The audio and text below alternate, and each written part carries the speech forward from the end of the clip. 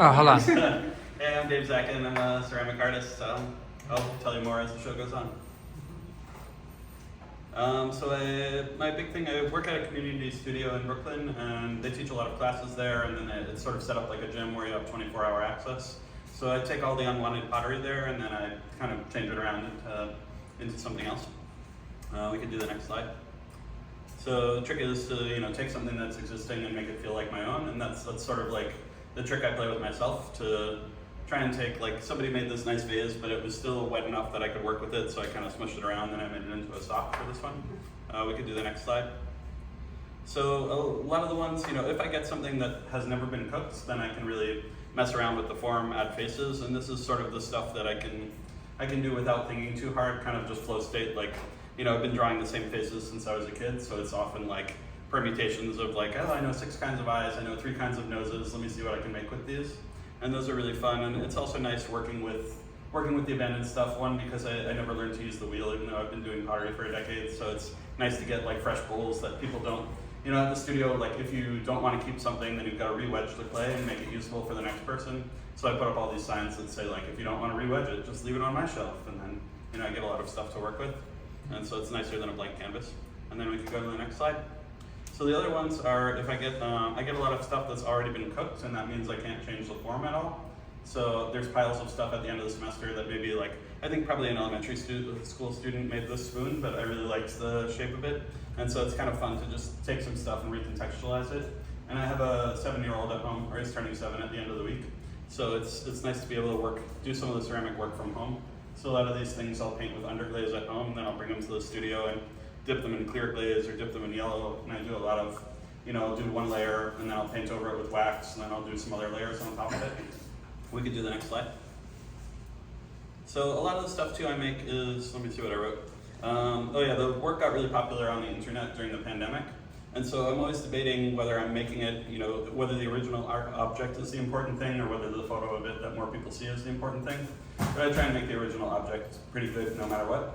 But it is, like, it sort of messes with me. Like, sometimes I like to write text that goes around and around and around a pot. But even if I post a video of that, no one can really read it on the internet. And so it's, those ones I still like to make, but it's a weird thing that, only people I show it to live can see it. So that's something I struggle with. Anyway, on to the next. So I haven't done too many shows. I did one at Doghouse Gallery. That's your friend Lisa's space recently, and that was fun because she wrote me an email. But I usually, I'm playing with my kid, and then I work 3 days a week at a nonprofit as a creative director. So ceramics is really like what I run to when I can, and that's the nice thing about taking all the recycled stuff. I can kind of get into it pretty quickly. I don't have to wait for the clay to firm up. But the big thing, I go for quantity over quality. I try and make at least one thing a day, and I sell it pretty cheap, and it's kind of fun that, I can just make stuff, get it out into the world quickly. Next slide. Some of the ways I work, I sort of think of it as like a letter to the outside world rather than worrying about too much about each piece.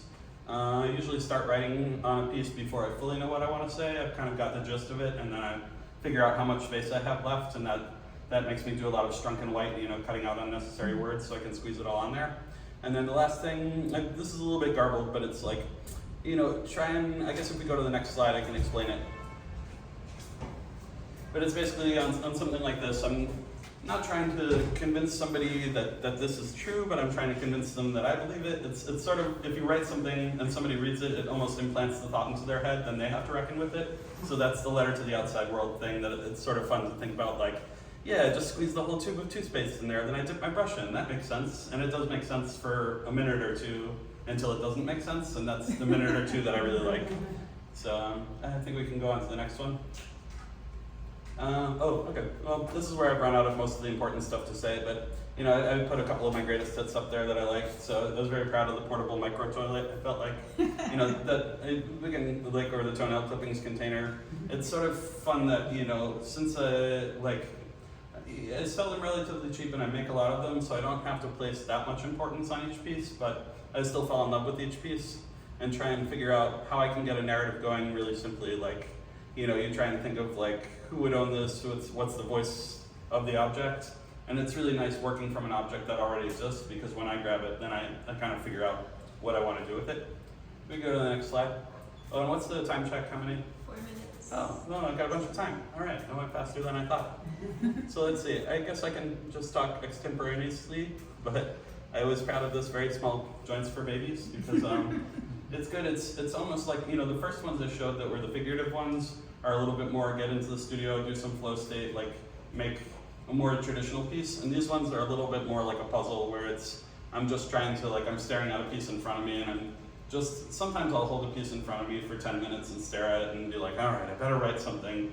And then once in a while I'll smudge it out or sponge it out and rewrite it, but usually I can kind of get into a state where I can think of some words and put them on there. And I'd say almost all the pieces I'm happy with by the time I'm done with them. Some are better, some are worse. But that's about the gist of it. I'd say the other weird thing I can talk about is, like, it got popular on Instagram, so now I have this big following, which is nice because I can say, like, a week from Tuesday, all the recent ones are going to be on sale, and then hopefully, you know, if I price them low, I can get rid of all of them, and that's always been my goal, to be able to get the art out of my house and into the houses of other people. But so I haven't really, like, pursued things like this, like talking to the public or galleries that often, but I think I want to get into it a little bit more now that my kid is growing up a little bit more. So that'll be interesting. I guess I've got maybe 2 minutes left. Anybody have a question? Yes? I'm curious, like, if you ever have any conversations with the people who have made initial pieces. Oh, that's a good question. Yeah, they usually, once in a while, it's only happened once out of, I've probably made, you know, around 3,000 or things like this.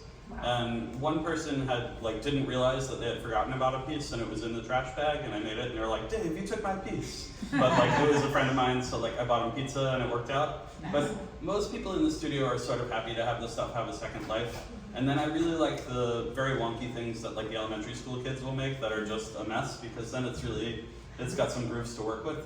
The things I don't like are if somebody made like a very finely crafted teapot, then I usually won't take that because I don't think I can make it mine enough. I think it's really their craft. But I like things like this that are just a cylinder. I feel perfectly fine, you know, kind of taking and repurposing. But yeah, and once in a while there are some edge cases where it's like, oh, it is a nice teapot, but I thought of something funny to write on a nice teapot. Yeah. And with that one, I try and track down, like, usually the people at the studio will know who made a certain thing, so I can kind of track them down and talk to the person. And if somebody made something nice and I mess around with it, like, I'll give them some of the money when I sell it. Like, it's sort of, you know, a nice community at the ceramic studio. I'm friends with everybody. I think, yes? So do you always start with the object and then think of what to write on it? Or does it ever work the other way? Once in a great while, I'll be in the shower and I'll think of something great and I'll be like, okay, I'm gonna bring my phone into the shower and type out something. But I'd say that's maybe 1 in 15. Usually I don't have any idea and then I've gotta get something cooking.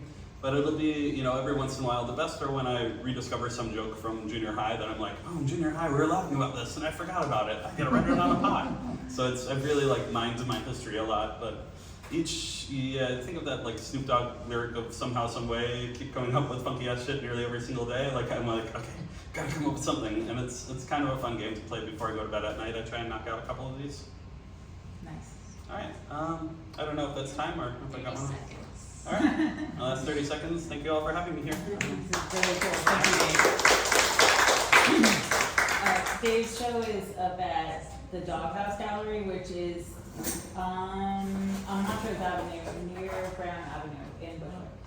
And it's really cool. Check it out.